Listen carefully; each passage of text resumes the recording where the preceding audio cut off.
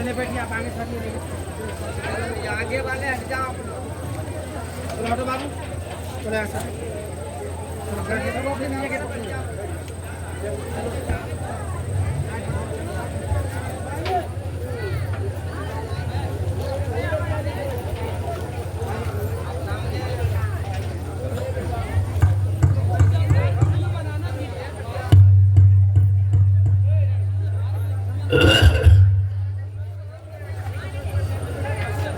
सभी प्रेमी बैठ जाओ, बैठ जाइए आप लोग। वक्त के संदेश को सुनो, क्योंकि समय की पुकार है परिवर्तन की। समय परिवर्तन चाहता है।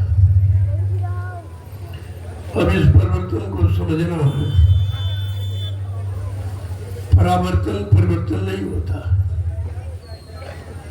जो ये लोग मिला जुला की बात करते हैं, ये परिवर्तन नहीं जानते, और परिवर्तन इनकी उसकी बात नहीं है। जब तक व्यक्ति अपने आप में परिवर्तन नहीं करेगा, अपने भाव विचारों में, अपनी रहनी गहनी में, तब तक परिवर्तन नहीं समझ पाएगा। आज समय चाहता है अच्छी व्यवस्था। बात तो व्यवस्था की है, चाहे वो पारिवारिक व्यवस्था हो, सामाजिक व्यवस्था हो, देश की व्यवस्था या संपूर्ण विश्व की व्यवस्था हो। अगर व्यवस्था ठीक हो जाए तो सब ठीक हो जाएगा। व्यवस्था की बात कोई नहीं करता, वो अपनी निजी व्यवस्था की बात करते हैं। हमें राज मिल जाए, हमें पाठ मिल जाए, धन मिल जाए, दौलत मिल जाए, मतलब यानी कुर्सी मिल जाए, पद मिल जाए, लेकिन ये नहीं सोचते हैं कि हमको जीवों को न्याय मिल जाए, न्याय मिल जाए, नीति मिल जाए, सिद्धांत मिल जाए, सुख और शांति मिल जाए, इसकी बात नहीं करते। और यही कमी है, इसी कमी को दूर करना है। तो बगैर संगठन के कुछ नहीं होता। धर्मशास्त्रों में भी लिखा है, कलयुगे संघे शक्ति। कलयुग में संघ संगठन ही शक्ति है। जिसके पास संगठन उसके पास शक्ति है, जिसके पास शक्ति है उसके पास सबको मुक्ति दिलाने का रास्ता है। बात तो हमें संगठन की सोचनी चाहिए। आज हमारा संगठन विघटन में बदल गया। हम संगठित थे, विघटित हो गए, और संगठन की आवाज समय पर सब ने लगा। जब जैसी आवश्यकता जरूरत पड़ी, जब जैसे लोगों के अंदर वह विचार देखे, तब तैसी आवाज लगाई। एक समय जब हम गुलामी में जी रहे थे, दास्ता की विषम जंजीरों में जकड़े थे, तो कोई ना कोई तो आवाज लगाने वाला खड़ा ही हो जाता है, और उस समय का महान होता है। महानता उसी की होती है जो सबके लिए आवाज लगाता है, अपने निजी स्वार्थ लोभ लालच के लिए नहीं, सबके हित, जनहितार्थ। एक महापुरुष की बात सामने आई। उसने समय की स्थिति को देखा कि सारी जनता भारत की दास्ता की गुलाम जंजीरों में जकड़ी थी। उस जंजीरों से मुक्त कराने के लिए उस महाशक्ति ने एक आवाज लगाई थी कि तुम हमें खून दो, मैं तुम्हें आजादी दूंगा। बहुत बड़ी बात है ये। खून का मतलब है सर्वांग समर्पित, कि हम तन मन धन सबसे पूर्ण समर्पित हैं आपके भाव विचारों पर, आपकी नीतियों पर, आपके परिवर्तन की भूमिका पर, और गुलामी से मुक्त हो उस आवाज पर हम पूर्ण समर्पित हैं। और लोगों ने अपना भाव दिखाया, लेकिन समय बड़ा विचित्र होता है। समय ने कुछ पलटा खाया, और जो आवाज थी वो लोगों ने, कुछ स्वार्थी लोगों ने उसको धीमा करना चाहा, लेकिन सत्य की आवाज कभी धीमी नहीं होती, और उसको कोई धीमी कर भी नहीं सकता। इसीलिए कहा सत्य कोई पराजित नहीं होता। परेशान किया जा सकता है, लेकिन पराजित नहीं होता। उसी आवाज को आज समय को देखकर फिर एक आवाज आपके सामने दी गई है, तुम हमारा सहयोग करो, मैं तुम्हें व्यवस्था दूंगा। बात वही है, अंतर कुछ नहीं। समय की आवाज अलग अलग होती है। जब जैसी आवश्यकता जरूरत पड़ती है, तब जैसे समय का महापुरुष आवाज को बदल देता है। तो आपके सामने आवाज लगी है, पहले भी लगी थी, आज भी लगी। अब उस समय उसकी जरूरत थी, किसी को देर से भगाना था। आज भगाना नहीं है। आज कोई मतलब यानी सब स्वदेशी है, कोई परदेशी तो है नहीं। जब सब स्वदेशी है तो ये स्वदेश की परिभाषा, स्वाधीन की परिभाषा अभी लोगों को पूर्णतया नहीं मालूम कि स्वाधीन किसे कहते। हम स्वाधीन नहीं, पराधीन हैं। लेकिन स्वाधीन की हम बात अभी करते हैं, और जब तक इस स्वाधीनता पर नहीं आओगे, किसी को भी शांति नहीं मिल सकती। कितना धनवान बलवान बुद्धिमान हो जाए, लेकिन इसमें शांति नहीं मिलेगी जब तक वो स्वाधीन माने स्वतंत्र। इसीलिए लिखा पराधीन सपने सुख नहीं। पराधीन माने दूसरे के अधीन रहकर, दूसरे के गुलाम बनकर हम कभी सुख शांति नहीं पा सकते। गुलाम तो गुलामी होता, दास तो दास होता है, लेकिन हमको मालिक बन के रहना। देश हमारा है, व्यवस्था हमारी है, कानून हमारा होना चाहिए, हमको अपने अनुसार जीने का अधिकार मिलना चाहिए, हमको न्याय नीति सुरक्षा का अधिकार मिलना चाहिए। आज इसकी जरूरत है, लेकिन ये बात करता कोई नहीं। क्यों? वो स्वाधीन नहीं, पराधीन है। कोई पद का पराधीन है, कोई गद्दी का पराधीन है, कोई स्वार्थ का, लोभ का, लालच का पराधीन है, लेकिन परमार्थ का स्वाधीन कोई नहीं। आज परमार्थ चाहिए। परमार्थ का मतलब सबका हित, सबका कल्याण, सबको न्याय, सबकी सुरक्षा, सबको रोजी रोटी मिले, सब सुखी हो, और सब धर्म का, कर्म का, मानवता, इंसानियत का, प्रेम प्यार मोहब्बत सेवा दया सदाचार, परमात्मा की यादगार का काम करें, और अपनी अपनी जगह सुख शांति से रहें। लेकिन बगैर माहौल के नहीं होगा। अगर आप कहीं भजन करने बैठ जाओ, तुम्हारा झोले उठा कोई चला जाएगा। ये क्या है? व्यवस्था नहीं है, शांति नहीं है, क्रांति और भ्रांति, अशांति फैल गई है। अब इसको शांति में परिवर्तित करना है। उसके लिए हमें आपको शांति की आवाज़ देनी पड़ेगी और शांति का सहयोग करना पड़ेगा। लेकिन कैसे? जनमत के साथ। कलयुग है, कलयुग में जिसके पास जमात उसके पास करामात। अगर जमात नहीं तो कोई करामात आपकी। इसलिए मैं जनमत इकट्ठा कर रहा हूँ। मेरा काम जनमत इकट्ठे करने का। किसी की निंदा, आलोचना, बुराई पर हमारा कोई ध्यान नहीं। बुराई करने वाला कभी अच्छा हो ही नहीं सकता और दूसरों को नीचा दिखाने वाला कभी उठ नहीं सकता। इस बात को हमेशा ध्यान रखें। सबके उद्धार, सबके कल्याण की बात सोचो और करो। तुम्हारा भी कल्याण और उद्धार उसी में निहित है। इसलिए समय की बात को समय से सुनना चाहिए। बदलाव का मतलब परिवर्तन ही है। परिवर्तन का मतलब हमको अपने अनुसार व्यवस्था चाहिए, जिस व्यवस्था में रहकर हम पारिवारिक जीवन, सामाजिक जीवन, व्यवहारिक जीवन को सुचारू रूप से व्यतीत कर सकें। व्यवस्था उसे कहते हैं। अब व्यवस्था की बात लोग समझ नहीं पाए बेचारे। व्यवस्था क्या है? व्यवस्था, अब व्यवस्था को तुम भूल बस व्यवस्था कहते हो। इसमें तुम परेशान हो, न तुमको न्याय है, न तुम्हारी सुरक्षा है, न कोई रोजी रोटी है, न किसी तरह का मतलब है आपको सुख शांति है। तो व्यवस्था है कहाँ? अब कहते हैं कर्मचारी अधिकारी खराब। मैं कहता नहीं, देश का कर्मचारी अधिकारी कोई खराब नहीं है, देश की व्यवस्था खराब। अगर व्यवस्था ठीक हो जाए ये सब सही निशाने पर आ जाएंगे और अपने अपने कर्म कर्तव्य का पालन करने लगे, व्यवस्था ठीक हो जाएगी। लेकिन व्यवस्था एक पक्षी है। व्यवस्था स्वार्थ की है। व्यवस्था निजी लाभ, लोभ और लालच की है। इसलिए परेशानियां बढ़ती जा रही। जब तक ये खत्म नहीं होगा, कितने भी चुनाव कर लो आप, कितने प्रधानमंत्री मुख्यमंत्री बदल डालो, लेकिन व्यवस्था नहीं बदल सकते हो। व्यवस्था इनके हाथ में नहीं है। ये स्वयं अपने में बदलाव नहीं लाते तो व्यवस्था कैसे बदलेगी? इनमें कोई बदलाव है? इनके अंदर कोई परमार्थ की भावना है? कोई धर्मार्थ की भाव, कोई सेवार्थ की भावना? कुछ नहीं, केवल स्वार्थ की भावना। स्वार्थी लोग कभी किसी का हित नहीं कर सकता, वो केवल अपनी तक जी रहा है।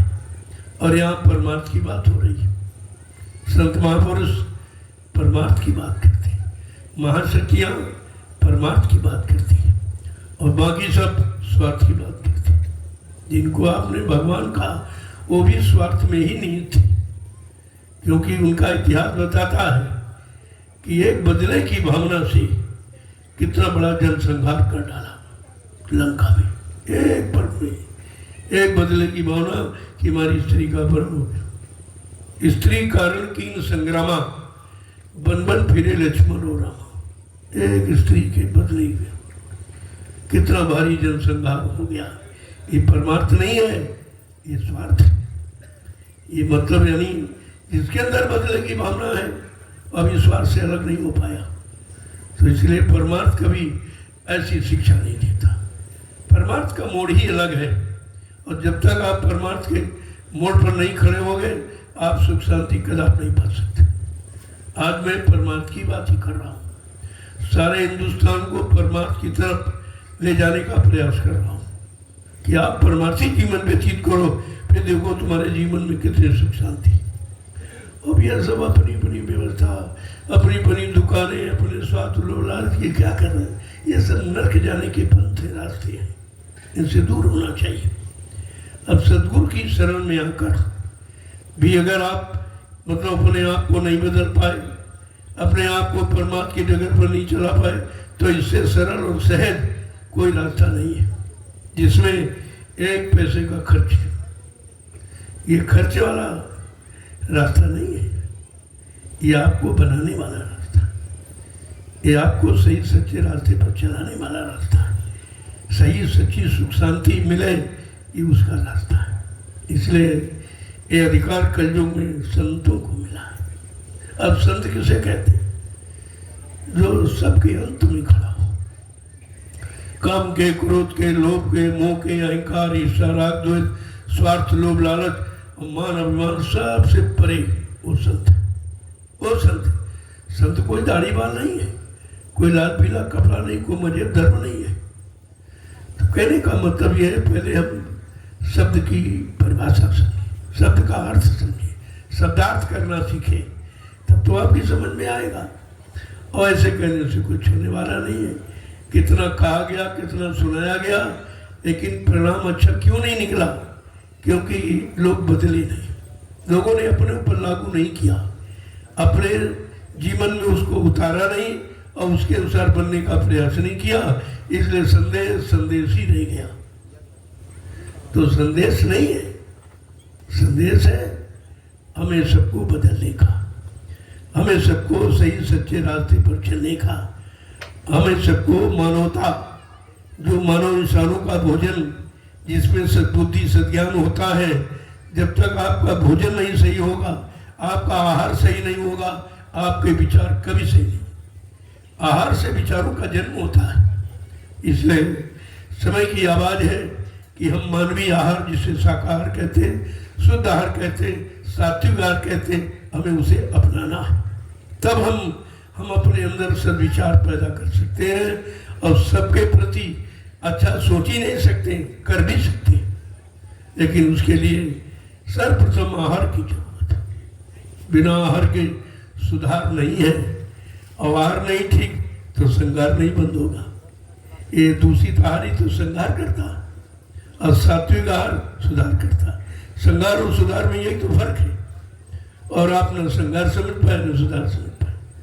तो ऐसे कहने से कुछ नहीं होगा, अब करने की जरूरत है। ये कर्म भूमि है भारत, इसमें जो भी आया उसने कर्म किया। नेता सुभाष चंद्र बोस ने जो कर्म किया है, अगर उस कर्म उसको सब लोग अपना लेते, उस पर चल फिरते, तो देश का नक्शा ही बदल जाता, नक्शा बदल जाता।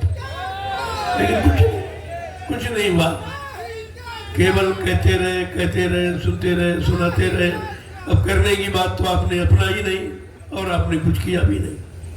तो बगैर करने से कुछ नहीं होगा, आपको करना पड़ेगा।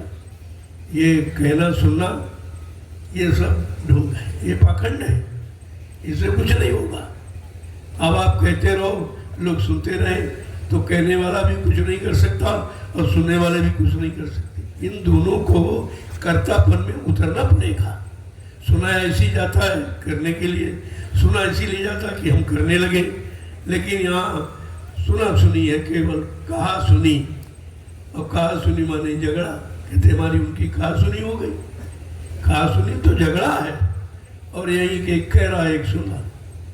लेकिन संतों ने कहा, नानक जी ने यही कहा था, एक ने कही एक ने मानी, और नानक कहे कि दोनों ज्ञानी। जो नेताजी ने कहा, जो आवाज लगाई परिवर्तन की, अगर उस परिवर्तन पर हम लोग चल पड़ते और अपने जीवन में उतार लेते, तो मैं बार बार कहता हूँ कि हमारे भारत देश का नक्शा ही बदल जाता। हम सच्चे भारतवासी कहलाते, हम सच्चे हिंदुस्तानी कहलाते, लेकिन हिंदुस्तानी और भारतवासी कहलाने का अधिकार आपके पास का। पहचान है वेशभूषा, पहचान है भाषा, पहचान है खान पान, ये तीनों आपके बदल गए। गुलामी तो अब भी आप अपना लो। हम हिंदुस्तानी हैं, हमारी मातृभाषा हिंदी और संस्कृत, इसके अलावा किसी भाषा का नहीं। लेकिन हम विदेशी भाषाओं के इतने ज़्यादा मतलब इच्छुक हो गए हैं, तुम्हारी जबान पर वही भाषा आ गई तो आपकी जबान गंदी होगी। आप कहते हो कर नहीं सकते हो, क्योंकि वो भाषा केवल कहने की है, और हिंदी संस्कृत जीवन में अपनाने की बहुत अंतर है। सब चीज पर विचार कीजिए आप, तो एक ठोस निर्णय मिलेगा कि हमें करना चाहिए। करने के लिए हमें अब तत्पर होना चाहिए और चल देना चाहिए। अब समय इंतजारी का नहीं है, चलने का। अब चलने की बात आप समझ नहीं पाते हो। चलने मतलब भागना दौड़ना नहीं है, अंतर्वृत्ति अंतर्मुखी से हमें अब चलना है, और हम चलना शुरुआत कर दें।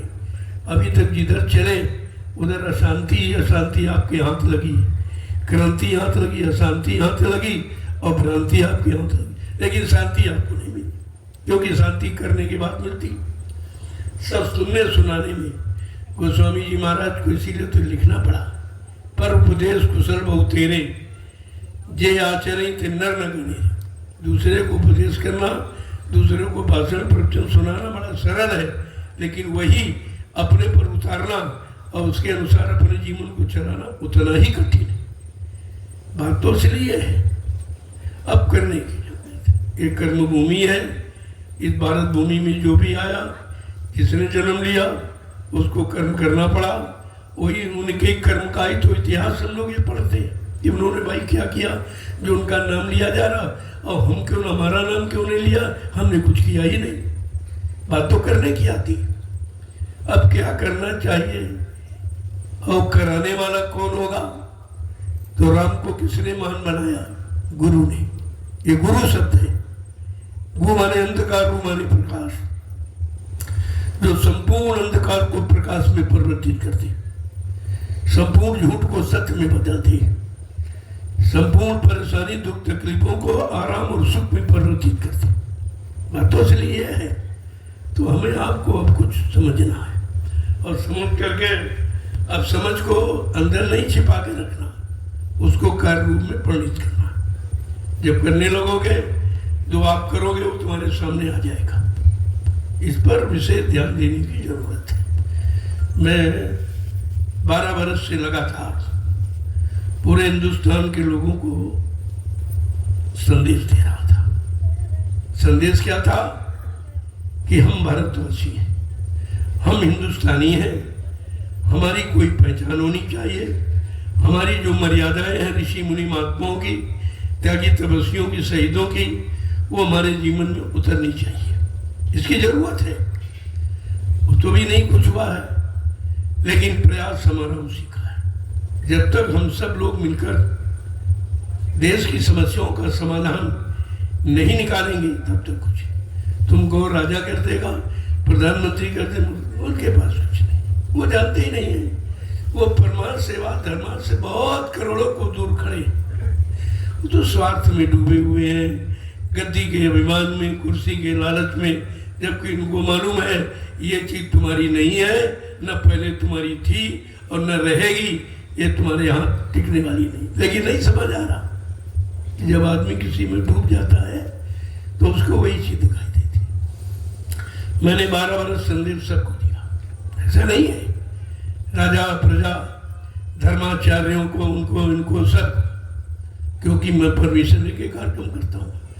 परमिशन का मतलब कि हम तुमको सूचना दे रहे हैं, सूचनार्थ कि मैं ये संदेश देने जा रहा हूँ जो समाज देश के हित में है, जो राजा प्रजा दोनों के हित में है, और जो हमारे भारत देश के हित में है, वो हम संदेश देने जा रहा हूँ। तो मैंने उनको परमिशन उनसे लिया और कार्यक्रम किए। मेरे पास पूरा प्रमाण है, पूरी मैंने लिस्ट बना के रखी, कहाँ किस तारीख में, किस जिले में, किस प्रांत में, किस तहसील ब्लॉक में मैंने क्या क्या कहा है, कौन सा संदेश दिया है, ये मैंने सब नोट करके रखा। समय आने पर मैं ये सामने आपके रख दूंगा कि कोई ये नहीं कह सकता, न प्रधानमंत्री न मुख्यमंत्री, कि हमको संकेत नहीं मिला, हमको बताया नहीं गया, हमें मालूम नहीं था, हम भ्रमित थे। लेकिन साधु संत महात्माओं का तो काम है कि अपने राजा को, अगर वो भ्रमित है, उसका भ्रम दूर करो। यही महात्मा विदुर ने किया था। देखो महात्माओं का काम है ये, और किसी ने नहीं किया। बड़े बड़े लोग वहाँ भी थे, ऐसा नहीं है कि धर्माचार्य नहीं थे। भीष्म पितामह, गुरु द्रोणाचार्य, कृपाचार्य, ये भी तो धर्म थे, ये भी धर्मगुरु थे। लेकिन उन्होंने नीत अनीत को नहीं समझ पाया, धर्म धर्म को नहीं समझ पाया, पाप पुण्य को नहीं समझ पाया, लिहाजा उनका भी परिणाम खराब ही हुआ। इसलिए मैंने धर्माचार्यों को भी यानी आगाह किया है, ये आपका कर्म क्या है, अपने कर्म को समझो। राजा का कर्म क्या है, राजा अपने कर्म को समझे, नहीं समझेगा तो परिणाम भोगेगा। ऐसा नहीं परिणाम सबने भोगा और सबको भोगना पड़ेगा। अपने कर्मों की सजा सबको मिलेगी, क्योंकि समय आ रहा है, समय से सबको न्याय दे देगा। उसी समय का इंतजार है। भाई वो समय कब आएगा जब सबको न्याय मिले, सबकी सुरक्षा हो, सबकी व्यवस्था हो। उसी समय का तो इंतजार है और उसी का प्रयास है। अब ये धीरे धीरे अगर सब लोग एक बार ही तैयार हो जाती है तो बहुत जल्दी हो जाएगा। महापुरुषों ने कहा भाई परिवर्तन का मसाला हमने तैयार कर लिया, लेकिन बात तो इसलिए है कि जब तक तुम उसके काबिल नहीं दिखाई दोगे तब तक मैं ये व्यवस्था नहीं सौंपूंगा।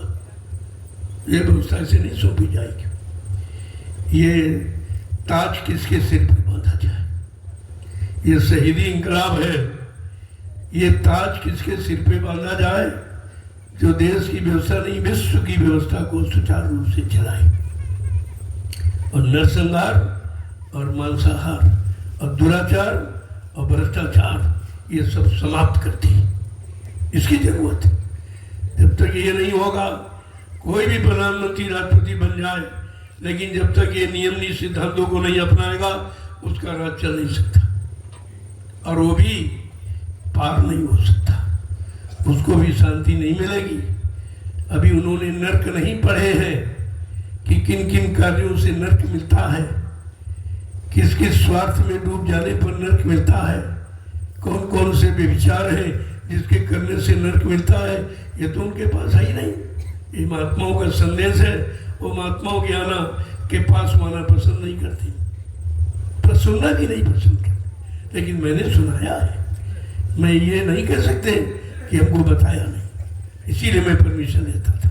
बाकी यार परमिशन हमारा कोई मतलब नहीं, परमिशन तुमको कोई दे ही नहीं सकता। हमारे पास इतना जनमत है, कौन परमिशन दे देगा? लेकिन हम अपना कर्तव्य पूरा निभाते हैं कि सबको बताकर, सबको सूचना प्रेषित करके, सब यानी हमें कार्य करता हूँ। और जितने भी कार्यक्रम होते हैं, आज भी अभी गुरु पूजा पावन पर्व होने जा रहा, मैं सूचना सबको दूंगा। आए ना आए ये उनकी जिम्मेदारी, हमारी जिम्मेदारी है सूचित करना। मैं वो काम कर रहा हूँ क्योंकि हमें परिवर्तन दिखाई दे रहा और उनको दिखाई नहीं दे रहा, क्योंकि वो स्वार्थ में अंधे हो गए। उन पर स्वार्थ का पर्दा पड़ गया, लोभ लालच का पर्दा पड़ गया, मान सम्मान का पर्दा पड़ गया है। उन्हें ये परमार्थ सेवा धर्म दिखाई नहीं देता, लेकिन हमें दिखाई देता। हम तो बताएंगे, हम तो इशारा करेंगे। और मैंने 12 वर्ष पूरे हिंदुस्तान में घूम कर ये मैंने संदेश दिया, सबको बताया। कोई अपने स्वार्थ लोभ लालच करे, हमको तो कुछ चाहिए नहीं। हमको अपना देश चाहिए, हमको अपने देश की व्यवस्था चाहिए, हमको अपने देश का इतिहास बनाना चाहिए। हमारा संकल्प ये, पर ये हमको कुछ नहीं चाहिए, क्योंकि सबसे खराब है राजा बनना। तब से राज और राज से नरक, नरका, राज से नरका, इसमें कुछ नहीं फर्का, इसमें कोई फर्क नहीं। सिर्फ राजा बनना बड़ा गंदा काम। तो स्वामी महाराज ने इसी तो लिखा रामचरितमानस कि जा सुराज प्री प्रजा दुखारी, सो न भवस नरक अधिकारी। जिसके राज में प्रजा दुखी है वो राजा नरक में जाएगा। क्या ये रामचरितमानस नहीं पढ़ते? श्री राम का झंडा उठाए घूम रहे और रामचरितमानस से बाहर है। अरे श्री रामचरितमानस ही श्री राम है और श्री राम ही रामचरितमानस, ये क्यों नहीं समझते? लेकिन एक भी बात नहीं, उन्होंने राजा के लिए लिखा कि धार्मिक भूमि का राजा कैसा होना चाहिए। तब लिखा कि राजनीति बिन धन धर्मा और प्रभु समर्पे बिन सत्कर्मा। ये राजनीति बिना धार्मिक धन गाड़ी कमाई के नहीं चलाई जा सकती, और नीतिमान और चरित्रवान पुरुषों के बगैर ये भारत देश की राजनीति को कोई चला नहीं सकता। लेकिन हम इसको पढ़ते नहीं, क्योंकि ये गुण उनमें है नहीं। 14 गुण चाहिए। वो 14 गुण केवल नेताजी सुभाष चंद्र बोस में थे, किसी में नहीं थे। 14 गुण चाहिए किसी देश को चलाने के लिए। और यहाँ तो 2800 गुण है कि तुम देश चलाएंगे, कैसे चलाएंगे और कहाँ चला रहे हो? ये देश चल रहा है कि देश घसीटा जा रहा है? इस पर विचार कीजिए आप पहले। ये चलने चलाने की बात नहीं है, तो घसीटने की बात है। अब धीरे धीरे समय आ गया है, समय किसी को माफ करता नहीं है। मनुष्य बली नहीं होते हैं, और समय हो तो बलवान और भिल्लन रूठी गोपिका वही अर्जुन की बात। सब कुछ संकेत इशारा। इतिहास इसीलिए लिख के रखा गया कि वर्तमान के लोग पिछले युग के इतिहास को पढ़कर अपना समय ठीक कर ले, अपना समय ठीक कर ले, अपनी व्यवस्था ठीक कर ले। इसीलिए तो लिखा गया। लेकिन अब इतिहास का भी उपहास हो रहा।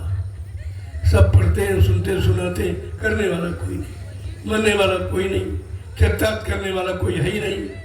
तो इतिहास बेचारा क्या करेगा? इतिहास तो जानकारी दे रहा है और जानकारी के अनुसार हमें आपको चलना है।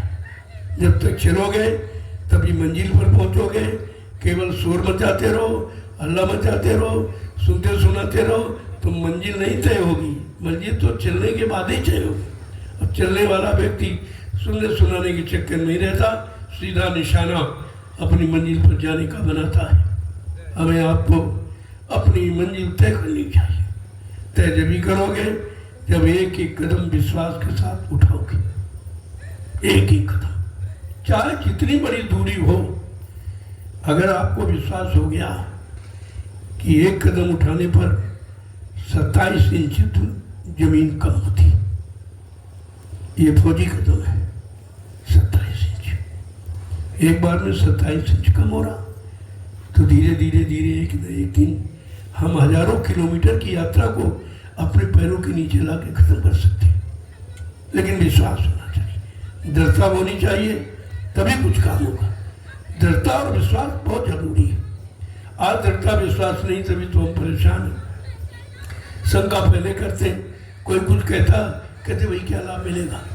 लाभ पहले पूछता, अरे भाई बगैर किए लाभ मिलेगा? कोई आप चर्चा किसी से कहो, कहेगा इसमें क्या लाभ है, इसमें क्या मिलता है?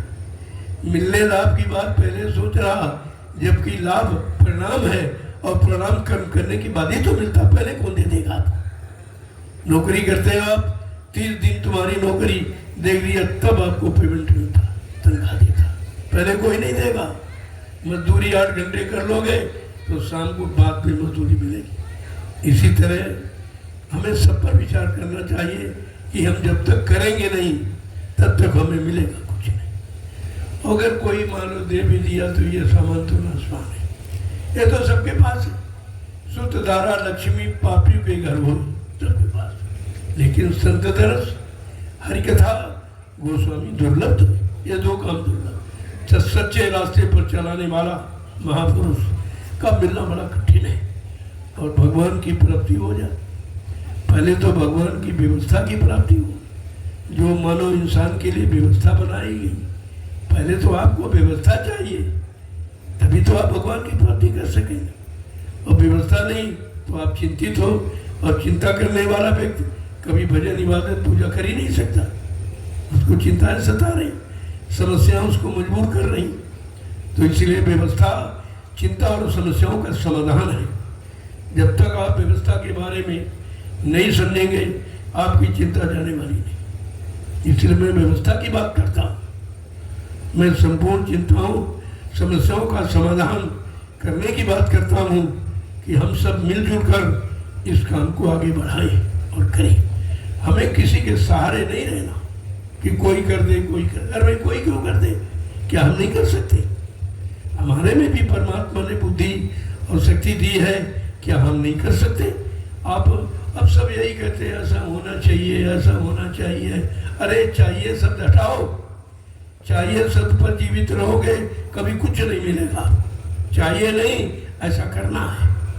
संकल्प लो, हमें ऐसा करना, हम सब मिलकर करेंगे। हम एक के सारे नहीं बैठेंगे कि प्रधानमंत्री कर दे, मुख्यमंत्री कर दे, ये कर दे, वो कर दे। एक के बस का नहीं काम है। एक तो कुछ कर ही नहीं सकता, क्योंकि एक में एकता नहीं है, इनमें खुद ही आपस में एकता नहीं है।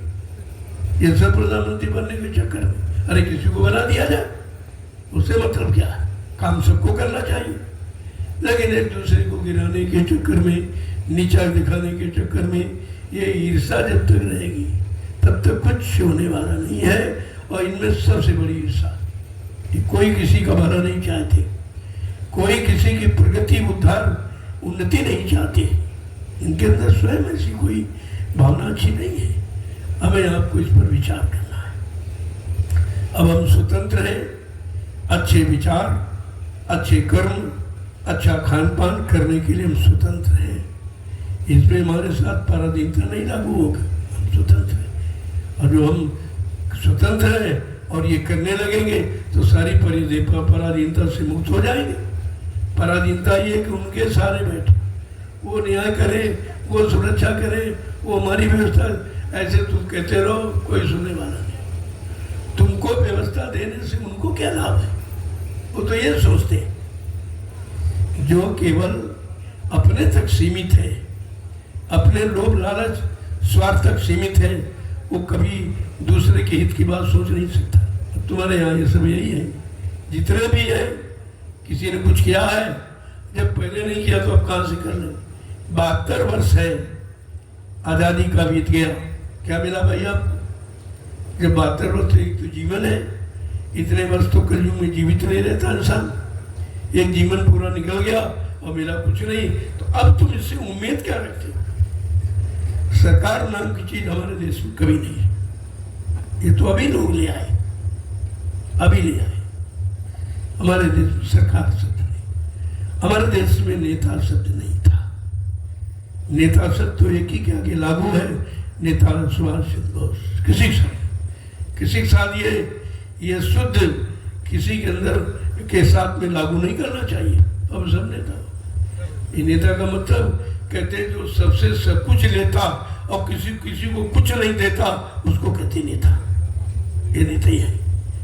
लेकिन जिसके पास नीति है, जो निपुण है, जो चतुर है, विवेकमान है, बुद्धिमान है, चरित्रमान है, वो नेतृत्व देश समाज परिवार का कर सकता है, बाकी नहीं। बाकी किसी की बस की बात नहीं है।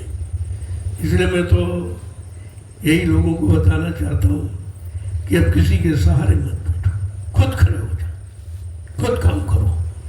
और कैसे? क्योंकि खुद वो भी नहीं करते, पहले वो जनमत इकट्ठा करते हैं।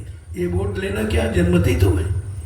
अगर बगैर जनमत के बन जाए कोई प्रधानमंत्री, राष्ट्रपति, वो जनमत के ही सारे खड़े होते हैं और तुमको जनमत की बात बताते नहीं। तुम आपस में लड़ते झगड़ते रहते हो, ईर्ष्या द्वेष करते रहते हो और तभी तुम विकास और उन्नति कर नहीं पाते हो। कारण यही है, बगैर जनमत के कोई कुछ कर ही नहीं सकता। इसलिए जमात की करामात मानी जाती है।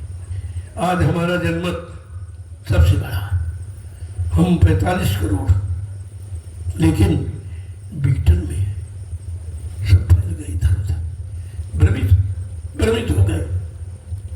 कुछ स्वार्थी लोभी लाची घुसकर भ्रमित कर दिया।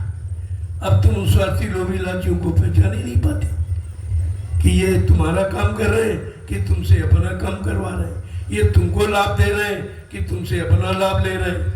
जब इतनी भी बुद्धि तुम्हारे पास नहीं है तो तुम कर ही क्या सकते हो? कम से कम इसको तो समझो कि कोई हमको लाभ दे रहा कि हमसे लाभ ले रहा। नेता चंदा नोट वोट, महंगाई टैक्स ले रहे हैं, ये कहाँ दे रहे हैं? लेने वाला भिखारी होता, देने वाला दाता होता। तुम भिखारियों से उम्मीद करते हो कि देश का सुधार हो जाएगा, इनके बदौलत। उधर धर्माचार, वो भी दान दक्षिणा, धोती रोटी लंगोटी मांगते रहते, ये भी भिखारी है। ये अब भिखारियों का देश हो गया और भिखारियों पर से तुम उम्मीद करते हो कि कुछ मिल जाएगा। अरे भिखारी के पास होता तो तुमसे मांगता क्यों? वो तो सब अपनी बात जारी करते कि हम भिखारी हैं, हम चंदा मांग रहे हैं, हम नोट मांग रहे हैं, हम वोट मांग रहे हैं, हम महंगाई रूप में, टैक्सों के रूप में। तो आपको तो इतना बड़ा काम दिखाई दे रहा है इन भिखारियों का, और उन्हीं के सहारे बैठे कि देश समाज का कुछ काम हो जाएगा। अरे जब वो अपना काम नहीं कर सकता, हमारे आपके सहारे बैठा, हमसे आप भी भीख मांग कर अपना काम कर रहा, तो उससे आप उम्मीद करते कुछ काम हो जाएगा। ये बात समझ में किसी की नहीं है। सब पढ़े लिखे अनपढ़ एक ही लाइन में खड़े, कर्मचारी अधिकारी भी उसी लाइन में खड़ा है। वो भी कहता अगर सत्य कह दूंगा नौकरी से निकाल दिया गया। अरे नौकरी उनकी है, नौकरी वो देते हैं, लेकिन तुम्हारे में संगठन नहीं। अगर कहने वाला एक है तो उनके साथ जुड़ने वाले 1000 हैं, तो तुम्हारी कौन सुनेगा? जहाँ 100 कसाई वहाँ एक की क्या बसाई, ये क्या कर सकता? इसलिए सर्वप्रथम हमें आपको संगठित होना, संगठन की आवाज़ी लगाई गई थी तब देश में आज़ादी की शुरुआत हुई थी। सब संगठित हो जाओ, सब देशवासी एकजुट होकर, मतलब यानी इनको निकाल बाहर करो देश से, कि दूसरा हमारे देश में शासन करे, दूसरा हमारे देश में राजा बने और हम पराधीन बनकर उनके सामने हाथ जोड़ के गिड़गिड़ाए, उनसे हम न्याय मांगे, जबकि देश तुम्हारा है, व्यवस्था तुम्हारी है, हम भी किसी से मांग रहे हैं। यही कमी है, इस कमी को दूर करना है। इसलिए संगठित होकर अगर आप काम करो तो जल्दी हो जाएगा, बहुत जल्दी हो जाएगा। मैं उसी संगठन को तैयार कर रहा हूँ, मेरा और कोई काम। मेरे पास सब लोग आते हैं, पूछते हैं कि मैं क्या करूँ, मैं हमने भाई जो हम करते हुए आप करो, कल क्या हमने संगठित करो। तुम्हारा इतना बड़ा परिवार है, तुम्हें किसी के सामने हाथ फैलाने की जरूरत ही नहीं।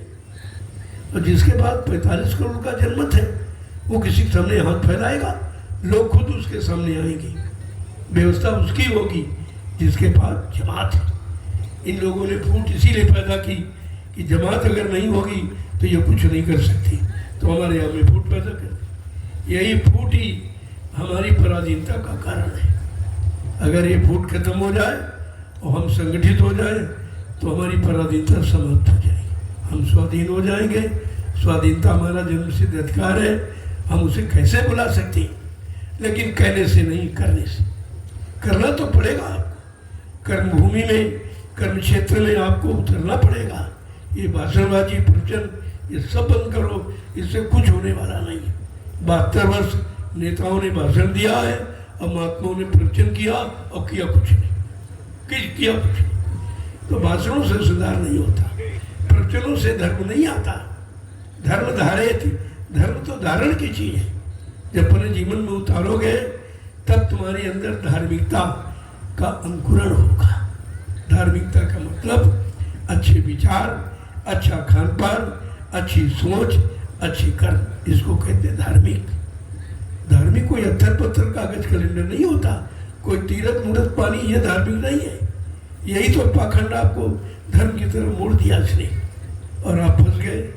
धर्म तो जीवन को बदल देता है, धर्म समाज विश्व को बदल देता है अगर सच्ची धार्मिकता हमारे आप में आ जाए। जय गुरुदेव। प्रेमियों, आज इस संदेश की आवश्यकता। अब वो भाषणबाजी प्रवचन मैंने बंद कर दिया, बहुत कहा, बहुत सुनाया, लेकिन कोई मतलब नहीं निकला। क्यों? सुनने से काम होगा नहीं, सुनाने से काम होना होगा, काम होगा करने कराने से।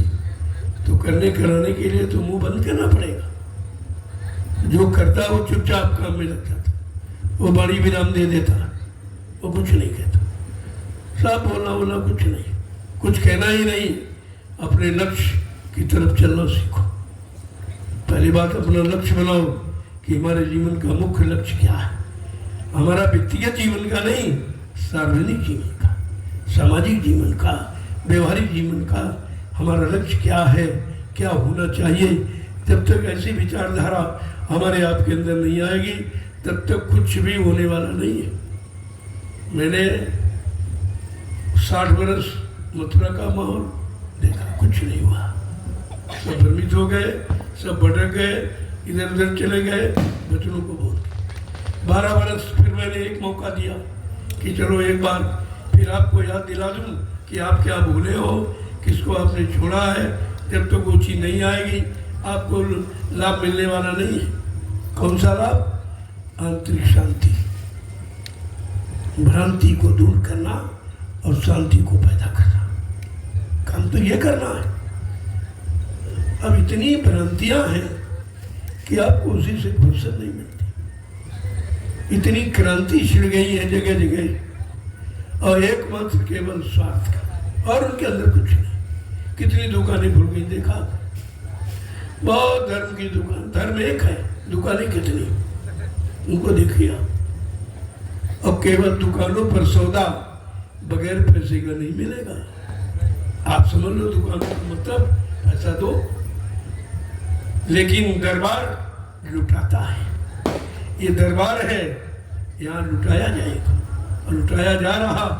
ये दुकानें नहीं है जो लोगों से कोई काम की इच्छा की जाए, स्वार्थ, लोभ, लालच, मान सम्मान को कोई इच्छा की जाए। ये दरबार ऐसा नहीं। मैं तो किसी से कभी कुछ मांगता ही नहीं, लेकिन स्वेच्छा से। प्रेमी क्यों देता? मैंने पूछा, भैया जब मैं नहीं मांगता हूँ आप क्यों देते हो?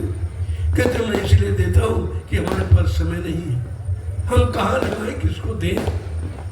तो हम जानते कि आपको देंगे, आप अच्छी जगह लगा दोगे तो हमको भी अपनी कमाई का कुछ लाभ मिल जाएगा। हमने हाँ ये बात ठीक है, ये तुम्हारा निर्णय है, मैं आपकी कमाई को अच्छी जगह लगा दूंगा। और देखो आपने कितने अभी थोड़े दिनों में मैंने ये 6 आश्रमों का निर्माण कर दिया। मथुरा में एक, वो भी सुचारू रूप से नहीं रहा, व्यवस्था बिगड़ गई, कुछ नहीं वहाँ है, कुछ रखा ही नहीं गया।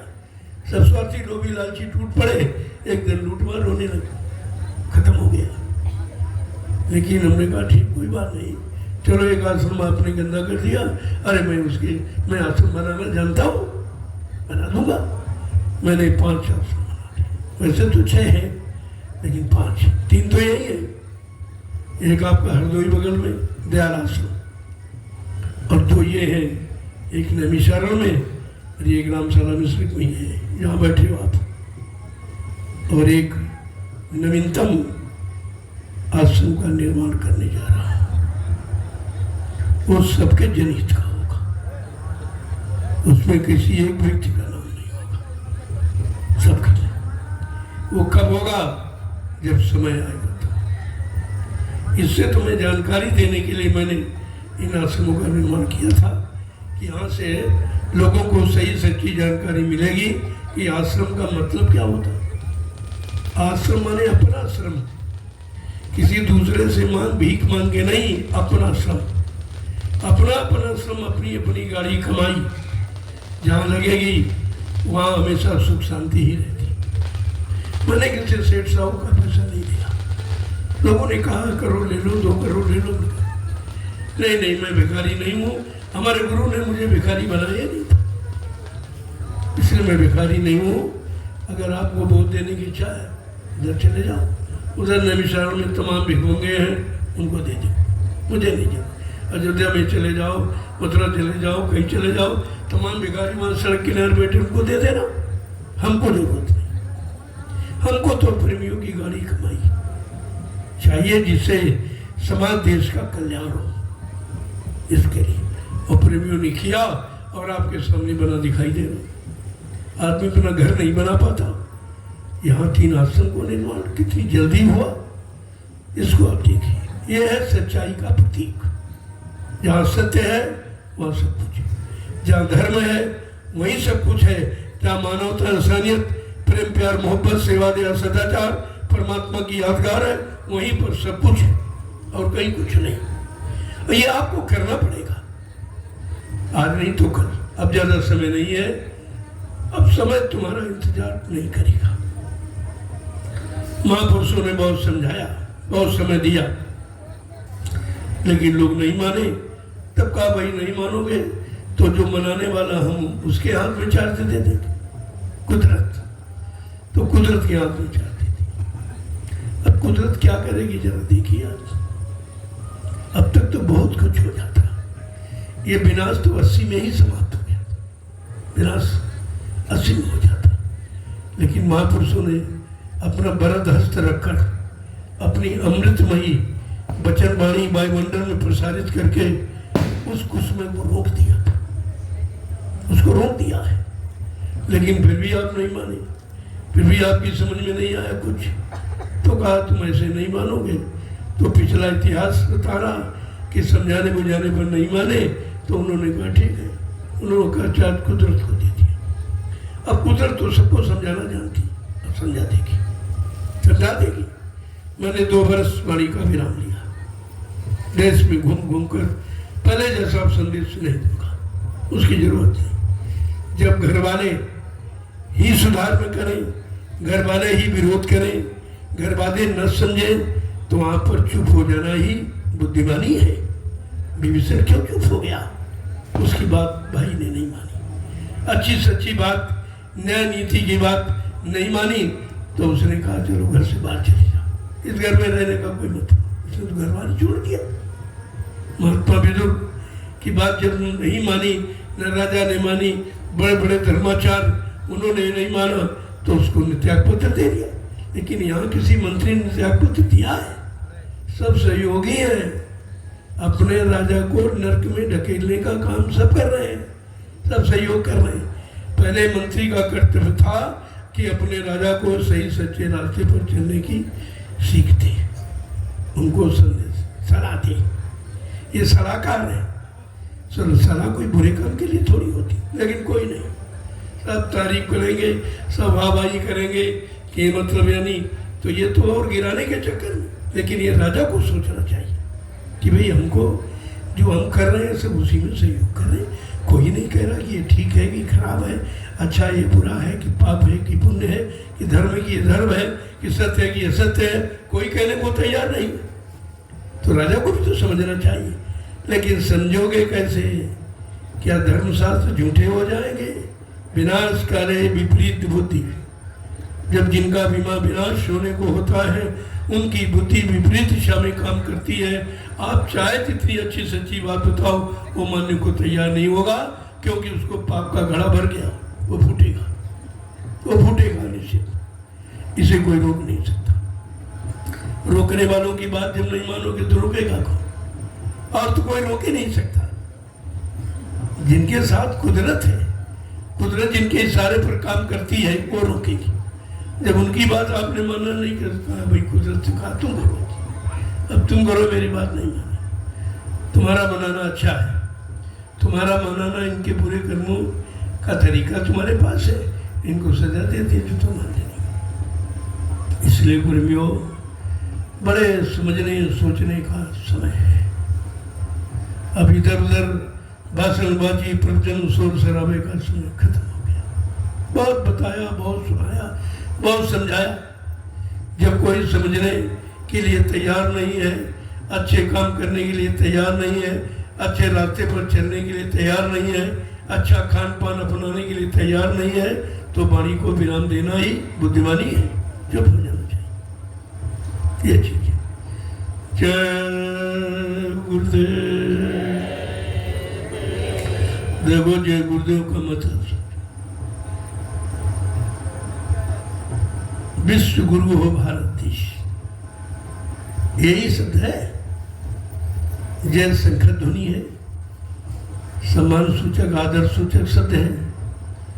गुरु माने जो सबके हित का काम करे, सबको हर मुसीबत दुख तकलीफ से मुक्त करे, वो गुरु। गुरु कोई दाढ़ी वाला लाल पीला कपड़ा नहीं होता है। और देव जो सबको सब कुछ दे और बदले में को कुछ न ले, ऐसे उसको कहते थे।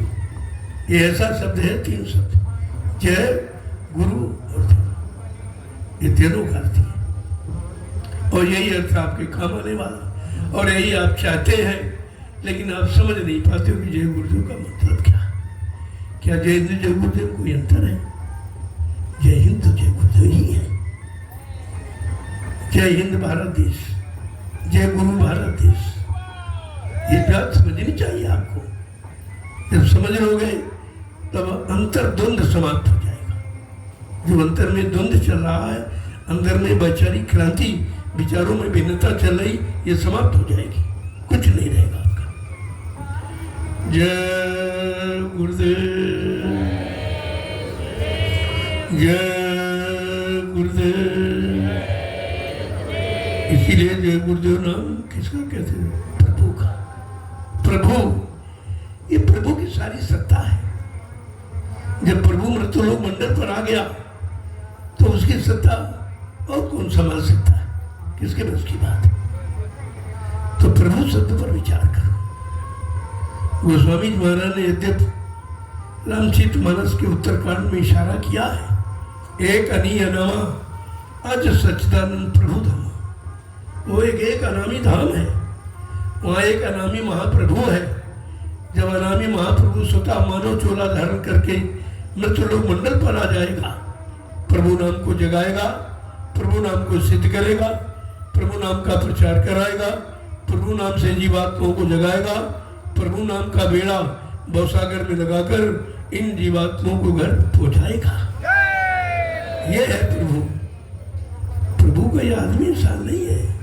अभी तक लोग यही नहीं समझ पाए प्रभु का मतलब क्या। प्रभु से बढ़कर और कुछ है?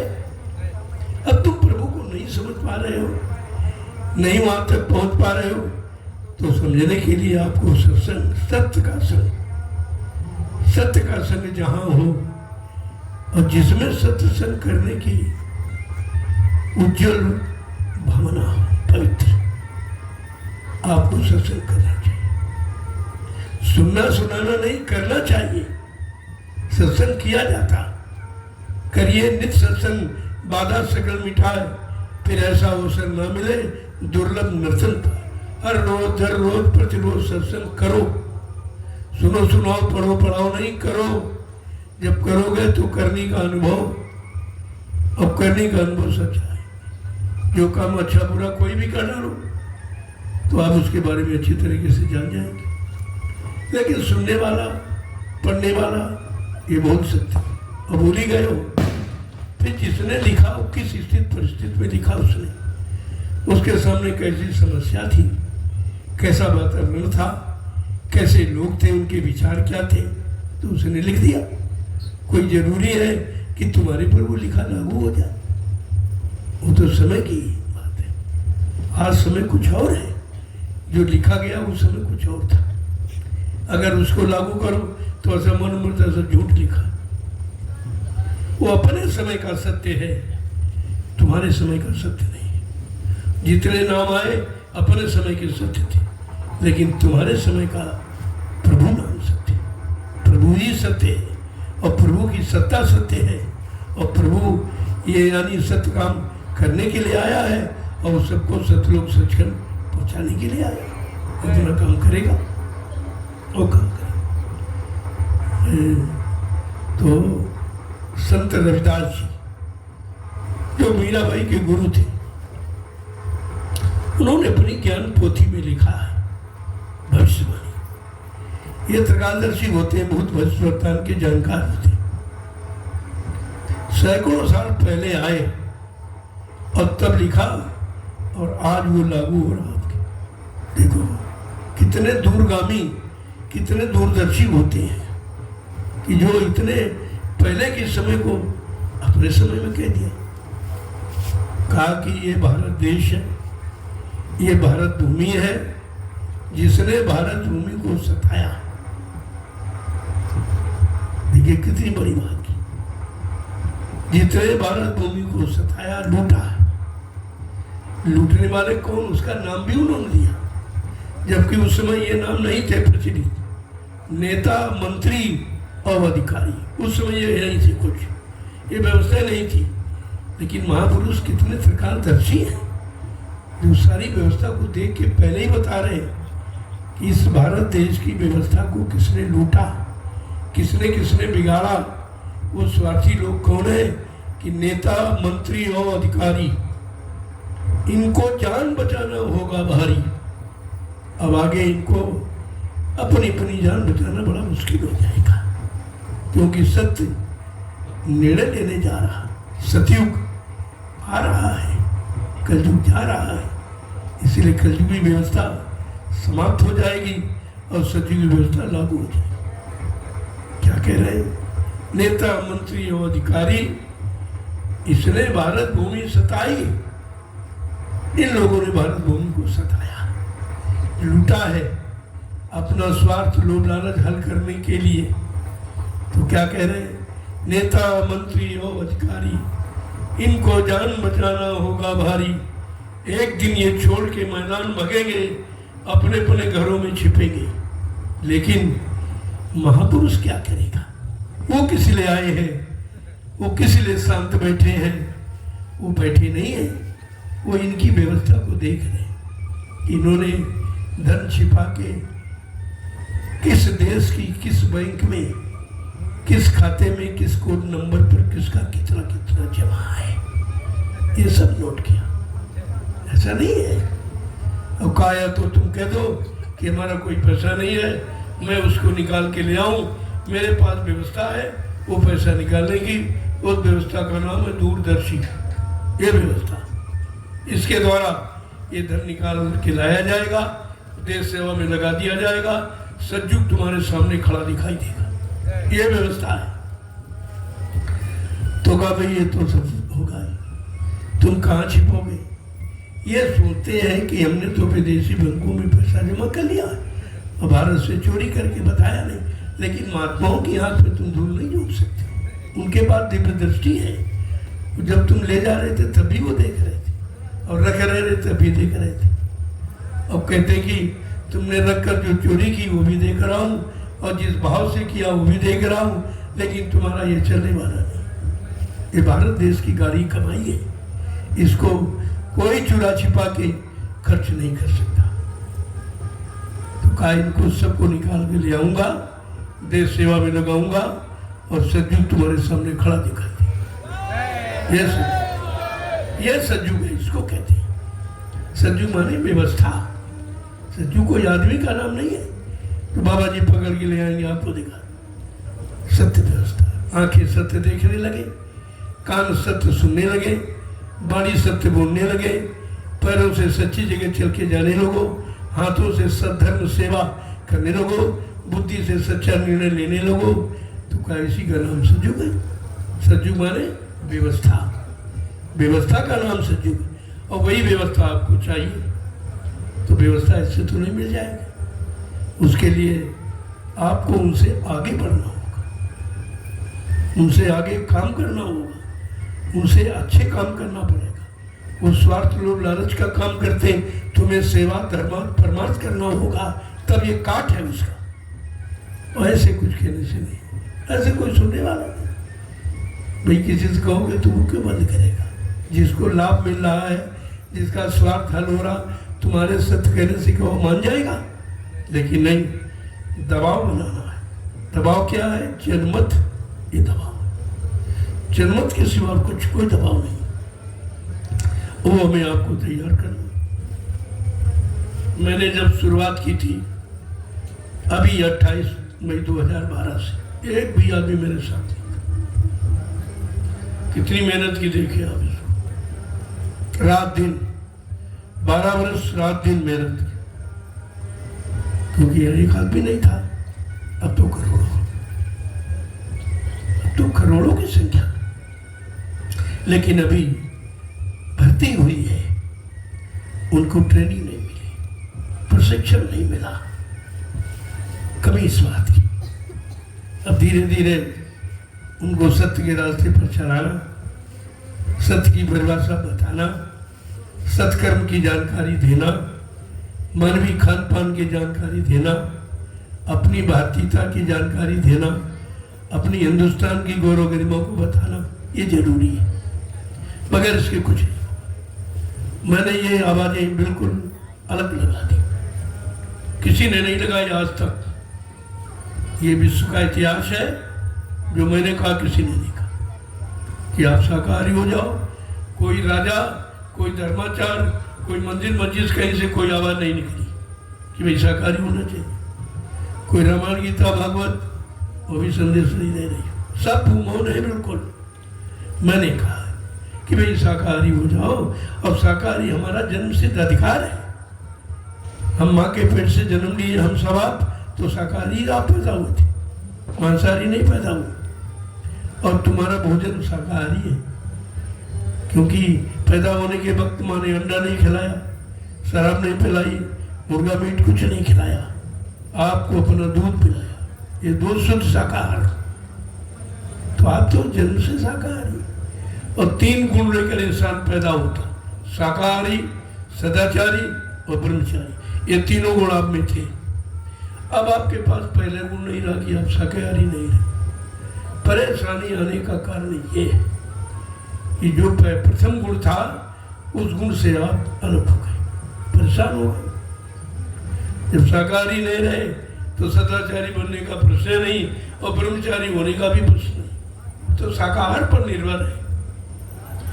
बगैर शुद्ध आहार के तुम्हारे में कोई कर्म शुद्ध नहीं हो सकता।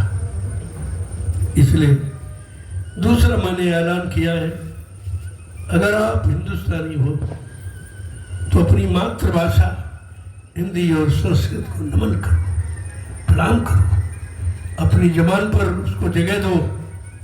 ये काम आपको करना चाहिए, क्योंकि सब देश की पहचान उसकी भाषा है। हर मुल्क की भाषा अलग अलग है, लेकिन भारत देश की जो भाषा है सबसे महान है। अब विश्व के लोग हिंदी संस्कृत की नकल कर रहे हैं, वो भी अपना रहे हैं कि आखिरकार भारत में शांति क्यों है, भारत में लोग धार्मिक क्यों है, सदाचारी क्यों है, ब्रह्मचारियों का इतिहास भारत में और कहीं नहीं है, भारत योग भूमि क्यों है, बाकी दुनिया के जितने देश है भोग के नाम से जाने जाते। इस पर वो विचार कर रहे हैं, वो अपना रहे, तुम छोड़ रहे हो।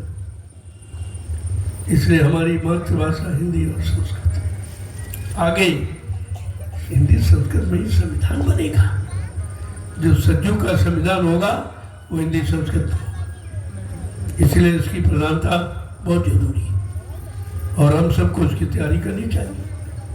मैं इसी संदर्भ में जिस स्थान पर आप बैठे हो, जय गुरुदेव आध्यात्मिक ज्ञानाश्रम, तो यहीं पर जय गुरुदेव आध्यात्मिक गुरुकुल हिंदी संस्कृत महाविद्यालय का निर्माण होने जा रहा है। मैंने इसकी घोषणा की है और इसकी जरूरत है, क्योंकि व्यवस्था आगे आ रही है। तो एक बार की अगर चीज नहीं है तो मतलब तैयार नहीं हो पाएगी, तो पहले से तैयारी तो पहले से की जाएगी, तब तो उस समय पर आप काम कर सकोगे। तो उसकी तैयारी होगी। दूसरी पहचान है हमारी भारतीयता की कि भारतीय वेशभूषा। किसी देश में चले जाओ उसके वेशभूषा अलग है, लेकिन तुम्हारी कोई वेशभूषा नहीं है। उधर गुलामी का इंकलाब करते हो, गुलामी हटाओ, गुलामी हटाओ, गुलाम इनको हटाओ, उनको हटाओ, लेकिन जो मुख्य चीज वो तो हटा ही नहीं रहे। ना तुम भाषा हटा पा रहे हो, ना वेशभूषा हटा पा रहे हो। ये पैंट पतलून ये अंग्रेजों की पोशाक, आपकी नहीं। अभी अंग्रेजों के गुलाम आप, भाषा के गुलाम तुम, वेशभूषा के गुलाम तुम, अंडा मुर्गा मीट दारू के गुलाम तुम हो। गुलामी कहाँ चली गई? असली गुलामी तो यही है जो अभी तक आप उससे मुक्त नहीं हो पाए हो और तुम मुक्त होने का प्रयास भी नहीं करते। मैं बार बार कहता हूँ, इसलिए मैंने ये 3 बिंदु जो रखे हैं, जो हिंदुस्तान के विश्व में आज तक किसी ने नहीं कहा, किसी इतिहास में आपको नहीं मिलेगी कि आप इस तरीके से। और चौथा बिंदु मैंने रखा भारतीय नारी, कि नारी सृष्टि के केंद्र बिंदु है और नारी का अपमान जब जब हुआ, विनाश हुआ। चाहे त्रेता का सीता का इतिहास ले लो, चाहे द्वापर में द्रौपदी का इतिहास ले लो। इसलिए भारतीय नारी कब कही जाएगी? जब भारतीयता में होगी, भारतीय वेशभूषा में होगी। तुम जिनकी पूजा करते हो, जिन देवियों की, कोई देवी सूट में भी नहीं है। सूट पहने कोई देवी है? फिर तुम, यानी देवी सूट में नहीं है लेकिन पुजारी सूट में है। और सूट में लूट है, साड़ी में नहीं। साड़ी में दया है। अगर सूट पहना तो द्रौपदी तो इज्जत लूट गई थी। साड़ी पहनी, साड़ी में देखो मदद की गई, साड़ी बना दी गई। ये प्रमाण है आपके ऐतिहासिक। इसलिए मैंने भारतीय नारी के लिए साड़ी का ही मैंने उपदेश दिया है और धीरे धीरे आप धारण कर रहे हैं। साड़ी में तुम्हारी मर्यादा है, साड़ी में तुम्हारी सुरक्षा है, साड़ी में तुम्हारा बचाव है, तुम्हारा चरित्र बचेगा तो सब कुछ बच जाएगा। अगर जीवन में सबसे महत्वपूर्ण है तो चरित्र। अगर धन का नुकसान हो गया तो फिर पैदा करके कर लो। स्वास्थ्य का नुकसान होगा, नियम संयम ब्रह्मचर्य संतुलित आहार करके उसको भी किसी हद तक पूरा किया जा सकता है। लेकिन जिसका चरित्र चलेगा उसके पास कुछ नहीं बचेगा। इसलिए अगर चरित्र की सुरक्षा करनी है, साड़ी बीच नारी, नारी बीच साड़ी। साड़ी आपकी भारतीय पोशाक है, भारतीय वेशभूषा है, ऋषि मुनियों की देन है। आप उसको अपनाना ही होगा। अगर नहीं अपनाओगे तो स्थिति और खराब हो जाएगी, और खराब हो जाएगी। फिर आपको अपनी इज्जत आबरू बचाना बड़ा मुश्किल हो जाएगा। इसलिए मैंने ये 4 बिंदु रखे जो हिंदुस्तान में आज तक किसी ने नहीं कहा, न किसी धर्माचार्य ने कहा, न कोई धार्मिक स्थलों से आवाज निकली, किसी ने बताया ही आपको नहीं। और इसकी जरूरत है। जब तक ये नहीं आएगा हमारा देश जो था विश्व गुरु वो नहीं हो पाएगा। विश्व गुरु बनने के लिए जो सबका विश्व का गुरु हो, विश्व को मार्गदर्शन करे, विश्व का पथ प्रदर्शक बने, तो उसको तो बहुत ही साफ होना चाहिए, सारी नीतियों से भरपूर, सारे आदर्शों से भरपूर होना चाहिए, तभी तो हो पाएगा। ऐसे तो नहीं होगा। इसलिए इन बिंदुओं पर विचार करो। मैंने जो कुछ कहना था कह दिया, सब बता दिया, सब कुछ। अब मैं 2 वर्ष के लिए विराम मैंने लिया है कि इधर उधर नहीं जाऊंगा। आश्रम पर जो आएंगे उनको संकेत करूंगा, बाकी नहीं। देखूंगा भाई मैंने जो 12 वर्ष मेहनत की है, सबको बताया, कितना लोगों में उतर के आया, उन्होंने अपने चरित्र में कितना उतारा है, ये भी देखने की जरूरत है। ऐसे ही अगर कहते रहो तो उसका कोई मतलब है नहीं, तो देखना जरूरी है। तो उसको मैं 2 वर्ष के लिए मैंने वाणी विराम बाहर के लिए दिया। आश्रम बनाएंगे प्रेमी, उनसे संपर्क करूंगा और मैं भजन करना चाहता हूँ। देखो भजन मुख ऐसे बिन हरि भजन खगेशा, मिट्टी है न जीवन के कलेशा। मानव जीवन में आने वाले जितने भी कष्ट हैं किसी तरह का, वो भगवान के भजन से जाते, तो आपको करना पड़ेगा। इसलिए मैंने कहा भाई हम भी करें, आप भी करो, इसी में मालिक की दया हो जाएगी, हमारा आप सबका उद्धार कल्याण हो जाएगा। और चाहिए क्या? मानव जीवन उद्धार के लिए मिला है, उद्धार के लिए नहीं, उद्धार के लिए। और तुम उद्धार करते हो, ये बुरा कर्म किया, ये बुरा कर्म किया, ये पाप कर्म किया, फिर वो मतलब उद्धार हो गया, यानी उसका भोग आपको भोगना पड़ेगा, देना पड़ेगा, कर्म कर्जा बन गया। तो उद्धार और उद्धार में अंतर करना सीखो, तब समझ में सब आ जाएगा। जय गुरुदेव, जय गुरुदेव, जय गुरुदेव। नाम किसका? जय गुरुदेव। नाम किसका? प्रभु का प्यारा नाम। जरा खड़े हो जाइए। ये लोग कितनी देर में खड़े हो रहे? इतनी देर है जितनी देर खड़े होने की। तो अभी खड़े नहीं हो पाए हो तो चलोगे कब? अब चलोगे नहीं तो पहुंचोगे कब? बात समझो पहले। हमारा खड़े होने का इशारा ही नहीं, खड़े तो रोज ही होते हो और बैठते भी रोज। खड़े होने का मतलब अब अच्छे सच्चे काम के लिए खड़े हो जाओ, अच्छी सच्ची व्यवस्था बनाने के लिए खड़े हो जाओ, उसकी जरूरत है। और बैठो तो भजन पूजन के लिए बैठो, बैठना भी बुरा नहीं है, ये चीज हमेशा देना। और झुको वहां जहां कुछ मिले। तुमको झुकना वहां सिखाया जहां कुछ नहीं, कोई पत्थर के आगे, कोई कागज कैलेंडर के आगे, कोई पानी तीरथ नूरत, वहां क्या रखा? कौन देने वाला है? जहां देने वाला है नहीं वहां झुकने का लाभ क्या है? झुका जाता कुछ लेने के लिए। जैसे रास्ते से जा रहे हो, 2 रुपया पैसा पड़ा, झुक के उठा लोगे आप। झुकना वहां है जहां कुछ मिले। लेकिन तुम्हारा झुकना भी गलत जगह, खड़ा होना भी व्यर्थ में है। मतलब कुछ आपने करने की बात नहीं सोच पाई कि ये सब करने के लिए किया जाता है। ये जो शारीरिक क्रिया है इसमें भी कुछ लाभ है। जय गुरुदेव। जोर से बोलो, सब मिल बोलो, बोलना होगा, अभी से बोलो। दुख दर्द हरेंगे, सब कष्ट मिटेंगे, सुख शांति भी देंगे। सबके दाता, सबके मालिक, प्रेम से बोले, ये नाम काम नहीं इंसान का, ये काम नहीं इंसान का, ये काम है प्रभु का। प्रभु की सत्ता है और प्रभु के द्वारा होगा और कोई कर नहीं सकता। अभी लोगों की समझ में नहीं आ रहा प्रभु का मतलब क्या है, प्रभु कौन है, कौन काम करेगा, कैसे करेगा, किसी नीति सिद्धांतों से करेगा, ये तो आपको समझना पड़ेगा एक बार। देखो आज एक पाणी ग्रहण संस्कार है, शुभ आदर्श विवाह है, तो समय है उसका निर्धारित।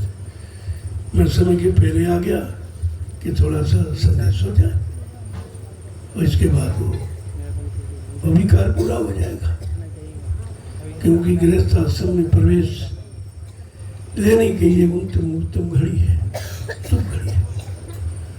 और समस्त जितने संस्कार हैं, इससे तो 16 संस्कार हैं, लेकिन 6 का ज्ञान कराया गया। जन्म संस्कार, मुंडन संस्कार, नामकरण संस्कार, यज्ञोपवीत संस्कार, पाणी ग्रहण संस्कार और मृत्यु संस्कार, केवल इतने की व्याख्या है तो 16 संस्कार। इतने की जरूरत है, इतने में आपका जीवन है तो बता दिया। लेकिन यह लिखा कि सर्व संस्कार संत समक्ष, सारे संस्कारों का शुभ और फलीभूत संत के समक्ष होता है, उसके समक्ष सारे संस्कार फलीभूत होते हैं। अपनी तरह से मनमानी करने से कोई काम नहीं। इसलिए हमारी जय गुरुदेव आध्यात्मिक वैचारिक प्रचार समिति तमाम तरह के निःशुल्क सामाजिक पारिवारिक सेवाएं करती है, निःशुल्क करती है। हिंदुस्तान का विश्व में कोई ऐसी समिति नहीं, उनका कोई न कोई स्वार्थ जरूर लगा, लेकिन जय गुरुदेव आध्यात्मिक वैचारिक प्रचार समिति का कोई निस्वार्थ सेवा करती है। आदर्श विवाह सरकार ने आज तक केवल कहा है, भाषण दिया है, लेकिन चरितार्थ नहीं कर पाया कि दहेज प्रथा का अंत नहीं हो। लेकिन इस दरबार में खुशी में तुम जो कुछ कर दो, लेकिन कोई मांगेगा नहीं, ये मांग जांच नहीं होती। तो पहला है आदर्श, इसके बाद जितने संस्कार हैं, नाम संस्कार है, मुंडन संस्कार है, निःशुल्क होता है, उसका कोई पैसा नहीं लिया जाता। इसके अलावा शाकाहार प्रचार, मैंने प्रचार का कोई पैसा नहीं लिया, जबकि जितने प्रचार आप मोबाइल में देखते हो सब पैसा, मगर वैसे कोई प्रचार ही नहीं है। लेकिन हमारा शाकाहार बने के प्रचार का कोई खर्चा नहीं, कोई खर्चा मैंने किसी से नहीं मांगा, जबकि सबसे अच्छा और सबसे बड़ा और समय के अनुकूल यही प्रचार होना चाहिए। इसके होने से सब काम हो जाएगा। इसके बाद आवासीय व्यवस्था, यहाँ किसी से कोई किराया नहीं मांगा जाता, रोटी का कोई पैसा नहीं लिया जाता, बिजली पानी का कोई पैसा नहीं लिया जाता, हवा दवा का कोई पैसा नहीं लिया जाता। ये धार्मिक शिक्षा संदेश, इसका कोई पैसा नहीं। जबकि पुरानी कहानी किससे लोग सुनाते हैं, कितना खर्चा लेते, पुरानी चर्चा का खर्चा कितना लंबा, जबकि वो समय निकल गया, आएगा भी नहीं। लेकिन इतना बैका करवा दिया लोगों को कि उसका भी पैसा ले रहे, जो चीज़ आने वाली नहीं है, जो काम सामने होने वाला नहीं है, जिसका नंबर ही नहीं है। बातें सुना रहे त्रेता द्वापर की, अब आएगा सतयुग, आने वाला सतयुग है, चर्चा तो सतयुग की होनी चाहिए ना, वो नहीं। तो लेकिन ये जो समय का संदेश हो रहा, इसका कोई पैसा नहीं है, ये अमूल्य है, इसकी कोई कीमत नहीं अदा कर सकता। और कुछ समय बीतने के बाद ये आपको मिलेगा नहीं, फिर आप दौड़ोगे भागोगे। जब आपत्तियां, मुसीबत, बीमारियां, देवी प्रकोप, दुर्घटनाएं आपको घेर लेगी और कोई तुम्हारा सहयोगी दिखाई नहीं देगा, तब तुम महात्माओं की तरफ दौड़ के आओ। तो महात्मा संदेश देंगे, वहाँ पहुँचोगे तो और आगे निकल जाएंगे, फिर वहाँ दौड़ोगे फिर आगे निकल जाएंगे। कहा है 400-400 किलोमीटर तुम भागोगे फिर ये संदेश जो आज मुफ्त में दिया जा रहा ये सुनने को नहीं मिलेगा। ये नहीं, आपके पास भी समय, मेरे पास भी समय नहीं होगा कि व्यवस्था जब लागू होने लगेगी तब ये समय कहाँ रहेगा बताने का। बताया तो पहले जाता है, व्यवस्था बनाने के पहले ये सब आपको बताया जा रहा कि ऐसी व्यवस्था का सूत्रपात होने जा रहा। आप सब लोग समय से जाग जाओ, समय से खड़े हो जाओ, सक्रिय हो जाओ और समय के कलयुग के इतिहास में अपना नाम दर्ज करा लें आप ही, क्योंकि इतिहास कलयुग का तो बना नहीं, अभी बनेगा। हर युग का इतिहास बनेगा तो कलयुग का भी नहीं, लेकिन कलयुग का इतिहास कोई बना नहीं सकता। ये सर्वप्रथम पहचान है कि कलयुग का इतिहास कौन बनाएगा। और बाबा जी ने वादा किया मैं कलयुग का इतिहास बनाऊंगा, मैं सज्जू को भगाऊंगा, यानी सज्जू को लाऊंगा, कलयुग को भगाऊंगा। ये सब संकल्प है। इतना बड़ा संकल्प जिसका है उसे भाई रोक कौन सकता, और उस संकल्प को दूसरा कोई पूरा भी नहीं कर सकता। ये झूठी आवाजें कोई लगावे, पहले भी लगाई, हिरण्यकशिप ने लगाई, रमन ने लगाई, हम ये करेंगे, हम भगवान हैं, हम खुदा हैं, सबने तो कहा है, लेकिन कौन है उस समय नहीं बता दिया। ऐसे आज कितनी दुकानें लगी, सब अपनी अपनी बात करें, लेकिन काम उनके द्वारा नहीं। उनके पास काम की बात नहीं, दाम की बात। पैसा दो, सेवा दो, मेंबर बनो, सदस्य बनो, ये चंदा वो चंदा, इसके अलावा कोई काम की बात नहीं, क्योंकि काम उन्होंने कभी किया नहीं, काम का उनको अनुभव नहीं है, काम कैसे होगा ये जानकारी भी नहीं है। तो आपको सब समझना चाहिए। जय गुरुदेव। अब आपकी इच्छा है जरा मिले आप, लेकिन लोगों दोस्त मैं कितने दिनों से आपको करके बता रहा था। मैं दूरी से प्रणाम करता हूँ, मंच पर आता हूँ तो प्रणाम करता हूँ, जाता हूँ तो प्रणाम करता हूँ, कहीं मिलता हूँ तो हाथ जोड़ के प्रणाम ही करता हूँ। प्रणाम का प्रणाम आशीर्वाद होता है, आशीर्वाद चाहिए, प्रणाम करो। ये ऊना छूना, ये कागज पत्थर कैलेंडर को छुआ जाता है, चेतन को नहीं। चेतन को माना जाता है और मर्यादा के साथ तो रहा जाता है, तो चेतन का लाभ आपको मिलेगा। मैं भी आपको प्रणाम करता हूँ, आप भी करो। और प्रणाम शरीरों को नहीं है, आत्मा से आत्मा का प्रणाम है कि आत्मा ही एक है, एक ढेरी की है, एक मालिक की है और एक ही जगह जाना है। इसलिए उनमें इतना प्रेम हो जाए और आपस में इतना लगाव बढ़ जाए तो भी आपका काम सरल हो जाएगा। पहले समझो आप, तो दूर से आप लोगों ये अच्छा रहेगा, आपके लिए भी अच्छा है। कहीं तुम रहो, कितनी दूर चलो जाओ, प्रणाम का प्रणाम आशीर्वाद होता है। जब भी करोगे अंतर्मुखी से, अंतर्दृष्टि से, तो आपका प्रणाम स्वीकार हो जाएगा। उसमें क्या बात है, इस बात को ध्यान में रखिए। जय गुरुदेव। अब आप लोग लाइन में आकर के हम आपका दर्शन करें, आप सबको प्रणाम करें और आपको आपकी मेहनत परिश्रम का, आपके सुकून शांति के लिए, बीमारी परेशानी कम हो जाए उसके लिए महाप्रसाद है। देखो ये कितनी बड़ी बात है, प्रसाद कोई बना नहीं सकता। मैं विश्व की बात करता हूँ, हिंदुस्तान नहीं, विश्व में कोई नहीं बना सकता। इसीलिए ये लोग क्या कहते हैं, प्रसाद खरीद के लिया। बनाना तो जानते बेचारे नहीं, कहते दुकान से खरीद के लिया। अरे प्रसाद खरीदा नहीं जाता, प्रसाद बनाया जाता। बनाता कौन, जिसने अपने सदगुरु दाता दयालु को खुश कर दिया, उनके आदेश हुक्म का पालन करके, उनके वचनों पर अपने जीवन को चलाकर जितने अपने मालिक को खुश कर लिया, वो अपने सदगुरु की दुआ दया किसी वस्तु में प्रवेश करके जीवों को लाभ दे सकता है। ये चीज तो आप इसको भी ले लीजिए। मैं 12 वर्ष से लगातार बांट रहा हूँ और तुमको कभी नहीं किसी ने दिया और आज भी कोई नहीं दे रहा और आगे भी कोई दे नहीं पाएगा, क्योंकि प्रसाद बनाना ये सब के बस की बात नहीं। ये सब चीज़ें समझने की हैं। और ये कहीं जाओ, कहीं इतनी दुकानें खुली हैं, पैसा सेवा लेंगे नहीं, प्रसाद नहीं दे सकते, और देंगे तो उसका कोई लाभ नहीं। नकल तो करेंगे हमारी, लेकिन लाभ की नकल नहीं कर सकते। लाभ देना बड़ा मुश्किल है, वो नहीं हो पाएगा। जब तक सदगुरु के शरण में आप आत्मसमर्पित भाव से नहीं रहेंगे, तब तक उनकी दया का इस्तेमाल आप नहीं कर सकते, मिलेगी नहीं आपको। जय गुरुदेव। देखो वो उधर सुविवाह का मुहूर्त है, जल्दी से शुरू करो। ये उधर नहीं जाना चाहिए, आज की तारीख में रहना चाहिए।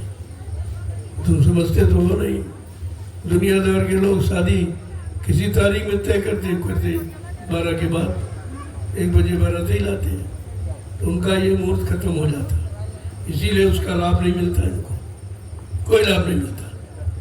ये मुहूर्त उस घड़ी है कि 12 के पहले उधर नहीं, बल्कि 10 बजे मैंने कहा 10 बजे तक ये पूरा, उसमें करना ही क्या, उसमें क्या करना, किसी की जरूरत है ही नहीं।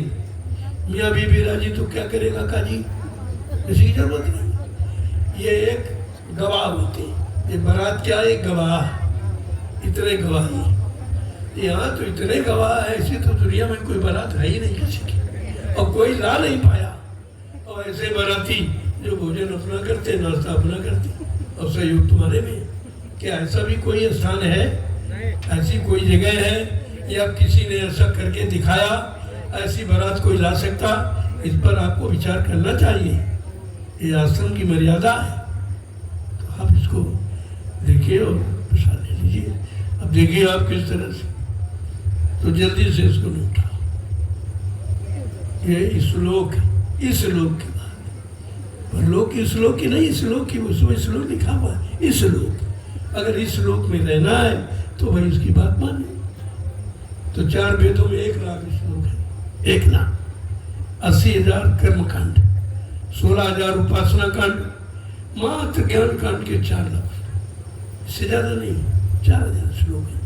और भी भौतिक जगत का, अध्यात्म की कोई उसमें कोई है ही नहीं, कुछ अध्यात्म की पहुंच नहीं है। तभी का वेद थके ब्रह्मा थके, थकी के शेष महेश, और गीता का जगम नहीं, वो सतगुरु का देश, वो तो उस देश से आते हैं जहाँ इनकी पहुंच नहीं, इनकी बैठ नहीं है। तो आपको तो समझना चाहिए। चलो फिर भी सामाजिक जीवन, व्यवहारिक जीवन, पारिवारिक जीवन को समझना चाहते हो, अब आप तो अनजान व्यक्ति प्रवेश ले रहे गृहस्थ से, उनके लिए संदेश हुआ है। अब वो मर्यादा के साथ अपनी मर्यादाओं को निभाएं। और जो पंडित जी आए हैं भाई, यद्यपि ये संस्कार नहीं है, ये संस्कार से कुछ बना कुछ नहीं। संस्कार जो संतों के यहाँ पर पड़ता है वो आध्यात्मिक संस्कार होता है, वो लाभकारी होता है।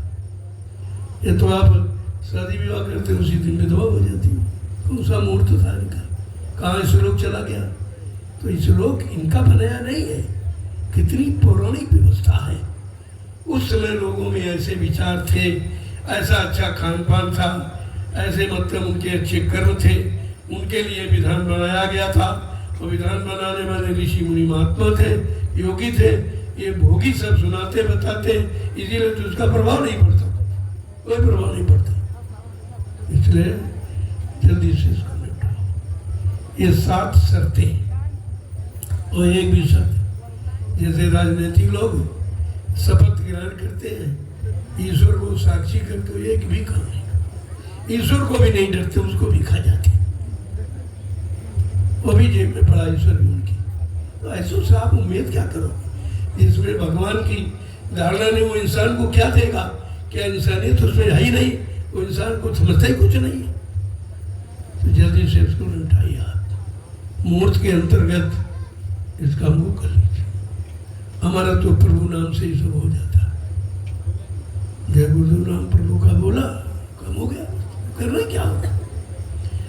जय गुरुदेव।